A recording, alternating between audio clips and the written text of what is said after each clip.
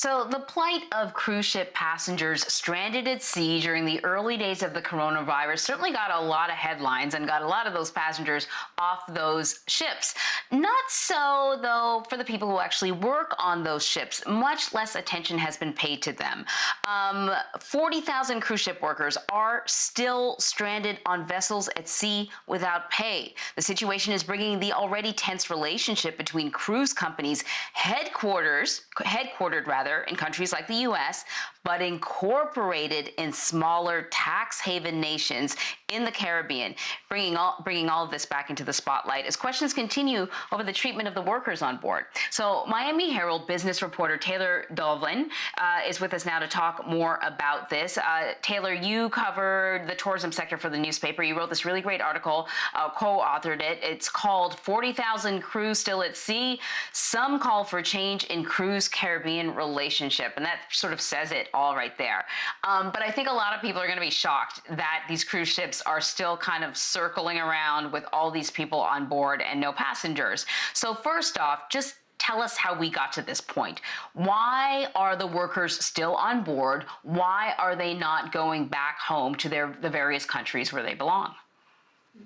Thank you so much for having me. So what we saw was, like you mentioned, these cruise companies go above and beyond during this crisis in March, when we first saw outbreaks on cruise ships, outbreaks of COVID-19, to get passengers repatriated. But as the crisis evolved, moving into April, we saw countries across the world enact really strict travel restrictions, the U.S. being one of them. In mid-April, the U.S. said if crew want to get off cruise ships and fly home, they have to do so on private transportation. And so we have these cruise companies with no revenue coming in at this point. And they were telling the CDC, you know, this is too expensive for us to get all these people home on private transportation. Eventually, that evolved, and they have been flying people home from the U.S. Using charter flights, but it definitely slowed things down. And then we've seen some countries just not allow their citizens to come home yet. A lot of these ships are still experiencing outbreaks. Crew continue to test positive for COVID-19, and so there's a lot of concern among countries. Our story focused on countries in the Caribbean who are wary of bringing their citizens home with little restrictions. And so they're requiring testing and quarantine and other things at this point. And Taylor, what do we know about the conditions on board? So most crew have been moved to passenger cabins.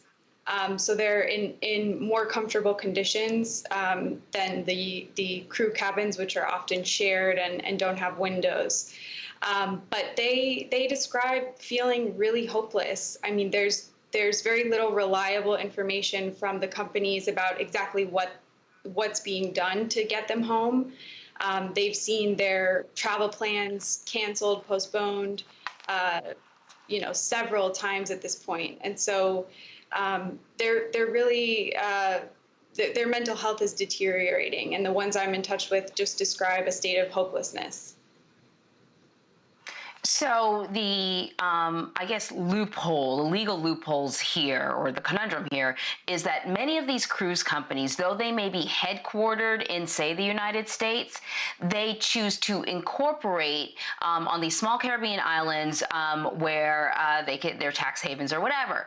So the argument for the U.S. is, well, this ship doesn't actually belong to us, so we're not going to allow you to dock here. The argument for the company is, well, you know, all of our infrastructure and everything is actually in the U.S., so it's better for us to come to the U.S. For example, using the U.S. as an example, their headquarters in many other countries.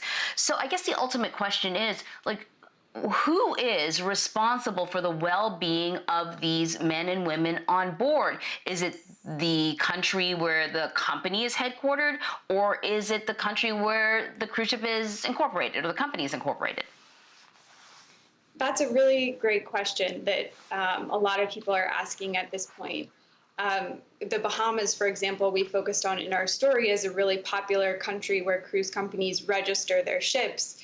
But what we saw in March, when these ships still had passengers on them, the Bahamas said, we can't we can't, our health system can't support a ship with an outbreak coming here, and we're not going to allow ships to dock here that are registered here. And then when we saw cruise ships still experiencing outbreaks in April and May, evacuating crew members to South Florida hospitals, the U.S. Coast Guard spoke up and said, look, we're overwhelmed with the number of crew evacuations, and we really need these companies to be leaning on these flag states for some help.